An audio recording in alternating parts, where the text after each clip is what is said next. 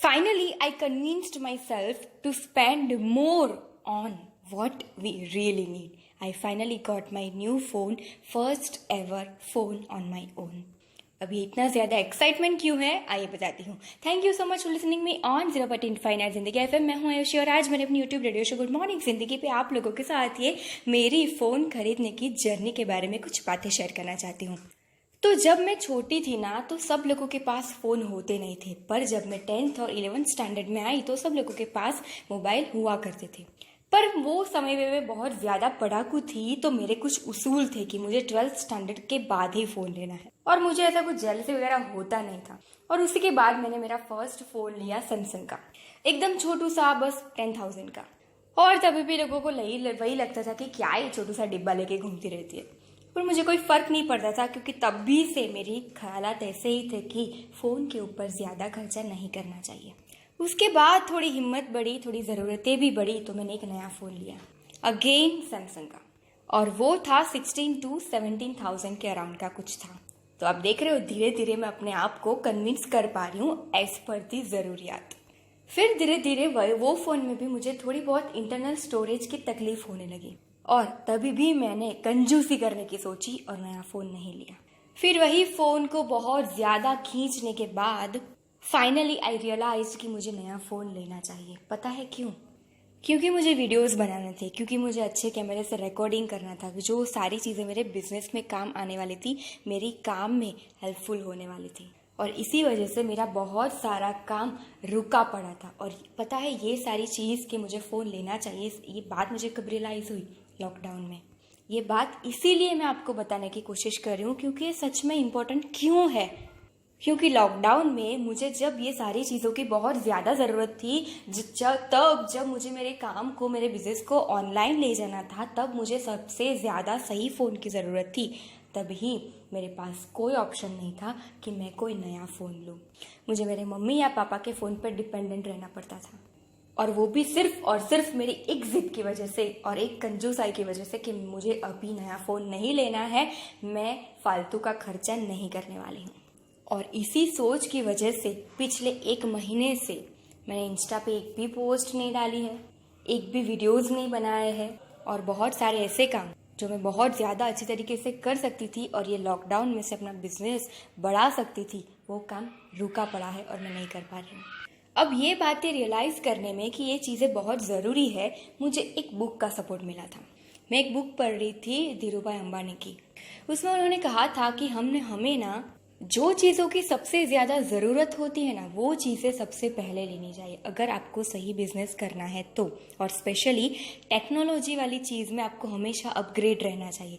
तो मेरा moral of the story number 1 यही है कि अगर आप कोई भी बिजनेस कर रहे हो और वो बिजनेस में आपको कोई भी मशीनरी की आवश्यकता है, कोई भी टेक्नोलॉजी की ज़रूरत है, तो उसमें कभी भी कॉम्प्रोमाइज़ नहीं करना चाहिए। जितना ज़्यादा इन्वेस्ट आप कर सकते हो उतना ज़्यादा अच्छा और सही क्वालिटी वाला इन्वेस्टमेंट आपको करना चाहिए, क्योंकि वही चीज़ें आपको आपके काम की क्वालिटी बढ़ाने में बहुत ज़्यादा काम आएगी। और वही मैं करने की अभी कोशिश कर रही हूँ अपने नए फ़ोन के साथ। नंबर 2, कभी कभी हमें जो चीज़ ज़रूरी है सबसे ज़्यादा वो चीज़ पहले करनी चाहिए, पर कभी कभी क्या होता है ना कि हमें वो चीज़ रियलाइज़ नहीं होती है कि इसकी ज़रूरत हमें कब पड़ने वाली है। और कभी कभी कुछ उसूल या तो फिर हमारे अपने आप की ज़िद हमारे बीच में आ जाती है। जैसे मेरे ये सोच, मेरी ज़रूरत के बीच में मेरे ये उसूल आ चुके थे कि ज़्यादा खर्चा नहीं करना चाहिए।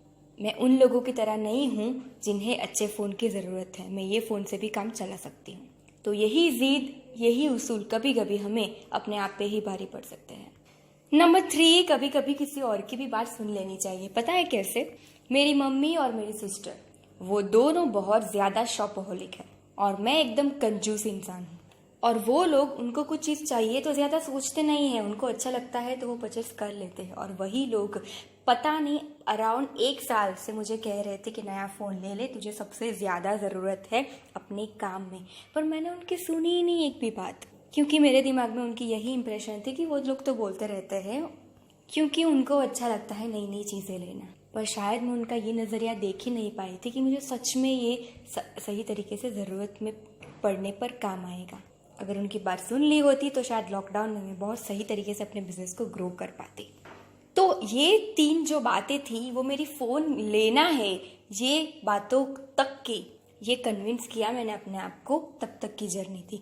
अब बात शुरू होती है, मैंने फ़ोन ले तो लिया पर अभी क्या लेना है और कैसे लेना है, और वो उसमें भी कैसे पैसे बचाते बचाते लेना है, और वो चीज़ों में भी मैंने कैसे पैसे बचाए वो मैं आपको बताती हूँ।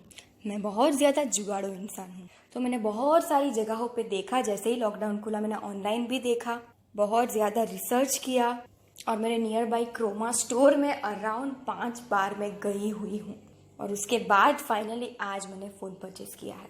वैसे ज़्यादातर लोग 1 या 2 या 3 बार मैक्सिमम जाते हैं और फ़ोन परचेस कर लेते हैं। मैं अराउंड 5 to 6 टाइम्स गई हूँ। तो वहाँ पे मैंने पहले मेरे कंजूसाई वाले नेचर की वजह से पहले मैंने ये सोचा कि मैं EMI से फ़ोन ले लेती हूँ, पर बहुत ज़्यादा जहमत के बाद ये पॉसिबल ही नहीं था कि मैं EMI से फ़ोन लूँ, ये मैंने सोचा। और इसी की वजह से अराउंड 1 या 1.5 वीक तक मैंने फिर से ये बातों को लंबाया, खींचा, और मेरे प्रोग्रेस को मैं रोकती चली गई इनडायरेक्टली, क्योंकि मुझे डिस्काउंट चाहिए था, थोड़ा बहुत ही सही एटलीस्ट। मैंने फिर से बहुत ज़्यादा कोशिश की और फुल पेमेंट के साथ फाइनली मैंने with proper discount phone purchase कर लिया। सो इससे मेरा 4th moral of the story यही है कि अगर आप पैसे बचाना चाहते हो तो आप कुछ भी करोगे, पैसे बचा ही दोगे। बहुत ज़्यादा कोशिश, मेहनत और रिसर्च करोगे ना तो कोई ना कोई ऐसा रास्ता आपको मिल ही जाएगा जिससे आपको कहीं से भी डिस्काउंट या फिर आपका पैसा बच जाएगा, फिर चाहे वो गूगल पे का कैशबैक भी क्यों ना हो। एंड लास्ट इज नंबर 5, मुझे ऐसा चाहिए था कि मेरी बर्थडे पे मैं फ़ोन खरीदूँ और वो दिन पे थर्सडे हो, पर अनफॉर्चुनेटली ऐसा पॉसिबल नहीं था। कल मेरी बर्थडे को वेडनेसडे था। एंड वो कहते हैं ना कि अगर आप किसी चीज़ को सच्चे दिल से चाहते हो तो पूरी कायनात उसे तुमसे मिलाने की कोशिश में लग जाती है। ठीक वैसा ही हुआ मेरे साथ भी। वेडनेसडे को मेरी बर्थडे को फ़ोन अवेलेबल नहीं था एंड डिस्काउंट मुझे थर्सडे को मिलने वाला था। सो मैंने एडवांस के साथ मेरी बर्थडे के दिन को फाइनली फ़ोन बुक करवा दिया और थर्सडे को विद डिस्काउंट जो मुझे चाहिए था अपने फ़ोन की डिलीवरी ले ली। देख रहे हो आप सब कुछ कैसे सिंपली हो गया, ठीक वैसे ही जैसे मुझे करना था, पर कॉम्प्लिकेटेड इस वजह से मैं कर रही थी अपने दिमाग को, क्योंकि पिछले कुछ दिनों से चीज़ें कॉम्प्लिकेटेड हो रही थी। सो मोरल ऑफ द स्टोरी ये फाइनल वाली 5th नंबर वाली यही है कि आपको जो चाहिए, जैसे भी चाहिए, सब कुछ वो ही हिसाब से हो जाएगा। थोड़ा पेशेंस, थोड़ी समझ, थोड़ा विश्वास अगर रखोगे अपने आप पे और यूनिवर्स पे तो शायद सब कुछ अच्छे से सही तरीके से हो जाएगा। So that's it. यही थी मेरी फ़ोन खरीदने की जर्नी और मेरी moral of the story. I hope ये छोटी सी बात से जैसे मैंने बहुत कुछ सीखा है, आप लोगों को भी शायद सब कुछ सीखने को मिला होगा। अगर आपके पास भी ऐसी कोई कहानी है तो प्लीज़ मेरे साथ शेयर कीजिए, और मेरी कहानी में से आपको क्या सीखने को मिला है वो भी मेरे साथ शेयर कीजिए प्लीज़। और अगर आपको लगता है कि ये सारी बातों को किसी लोगों के साथ शेयर करना चाहिए तो प्लीज़ अपने फैमिली व्हाट्सएप ग्रुप में सब लोगों के साथ शेयर कीजिए, और स्पेशली उन लोगों के साथ जिनको सच में इसकी ज़रूरत है, स्पेशली उन लोगों के साथ जो मेरी तरह कंजूस है। So that's it. ये वीडियो को लाइक कीजिए, शेयर कीजिए, सब्सक्राइब कीजिए एंड बेल आइकन दबाइए ताकि जब भी हम मिले हर रोज़ ऐसी ही कुछ अपने आप को ग्रो करने वाली और बहुत सारे लेसन लेने वाली बातों के साथ तो सबसे पहले आपको पता चले। मिलते हैं कल। See you tomorrow, till then keep dreaming and keep hoping because we are here to grow together.